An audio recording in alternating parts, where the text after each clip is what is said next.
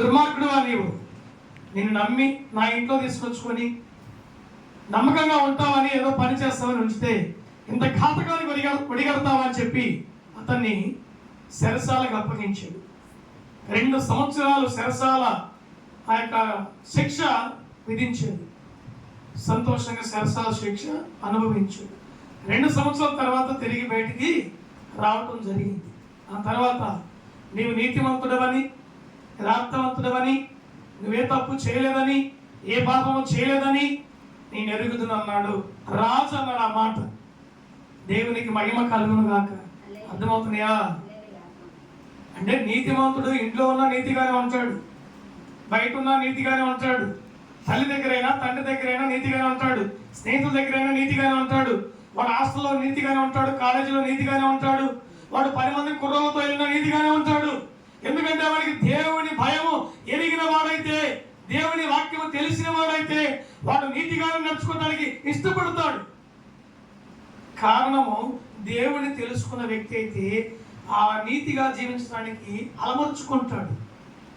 అలాగే యేసేపు కూడా నీతిగానే ఉన్నాడు కనుక, అసత్యములు నడవలేదు కనుక రాజే గుర్తించి బయటికి తీసుకొచ్చాడు. ఎక్కడి నుంచి? చెరసాలలోంచి తీసుకొచ్చాడు. తనకు సింహాసనం ఏమన్నాడు? వేసాడు. ప్రశస్త వస్త్రాలు కట్టమన్నారు, కట్టారు. రాజు వేలికి ఉంగరం ఏమన్నాడు? ఇచ్చారు.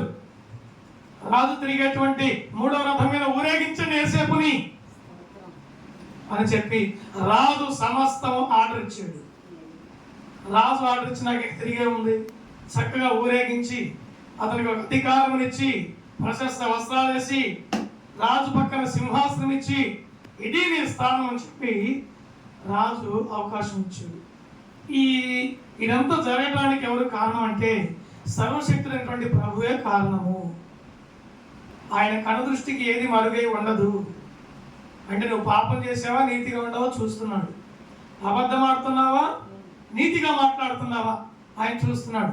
దొంగతనం చేస్తున్నావా, లేకుంటే నీవు న్యాయంగా ఉన్నావా దేవుడు చూస్తున్నాడు. దేవుడికి తెలుసు. ఇవన్నీ చూసినటువంటి దేవుడు సర్వశక్తిమంతుడు, మహిమగల రాజు, ఆయనకి సింహాసనము ఇచ్చాడు. అదే ఇక్కడ అంటున్నాడు, చూడు, సింహాసనం మీద కూర్చున్న రాజులతో ఆయన వారిని నిత్యమును కూర్చుండబెట్టును, వారిని ఆయన ఘనపరచును. ఈ లోకములో ఎలాగైనా నడుచుకోవచ్చు, ఎలాగైనా బ్రతకొచ్చు. ఓకేనా? అబద్ధం ఆడైనా బ్రతకొచ్చు, పాపం చేసి బ్రతకొచ్చు, దుర్భాషలాడి బ్రతకొచ్చు, పేకాటాడి బ్రతకొచ్చు, కోల్పొందలేసి బ్రతకొచ్చు, తాగి బ్రతకొచ్చు. మానవుడు ఎలాగైనా బ్రతికేస్తాడు. కానీ నీతిగా బ్రతకడం అంటే చాలా కష్టమండి. తప్పిపోతాడు, సతమతం అవుతుంటాడు. నేను ఎందుకు వచ్చానా ఆయన మార్గానికి అనుకుంటాడు. కానీ నీతిమంతులను ఆయన చూడకపోడు. ఎన్ని కష్టాలు వచ్చినా, ఎన్ని కన్నీళ్ళు వచ్చినా, ఎంత రోగం వచ్చినా, ఎంత వ్యాధి వచ్చినా, ఎన్ని ఇబ్బందులు వచ్చినా, కుటుంబీకులే నిందించిన ఆఖరికి నీతిగా ఉంటే దేవుడు అంటాడు, బలా నమ్మకమైన మంచి దాసుడా, ఈ కొంచెములో నీవు నమ్మకముగా ఉన్నావు, నిన్ను అనేక వాటి మీద నియమిస్తున్నాను. మొదట ఎలా ఉన్నాడు? కొంచెంలో నమ్మకంగా ఉన్నాడు. నిన్ను అనేక వాటి మీద నియమిస్తున్నాను, అధికారిగా అప్పగిస్తున్నాను, పరిపాలన చేయి, ఏలు, ఈ సంపద మొత్తం నీది అని ఆ యొక్క దేవుడు అప్పగిస్తాడు. అందుకు గల కారణం నీతిగా ఉన్నావు కనుక. దేవుని నామానికి మహిమ కలుగును కాక.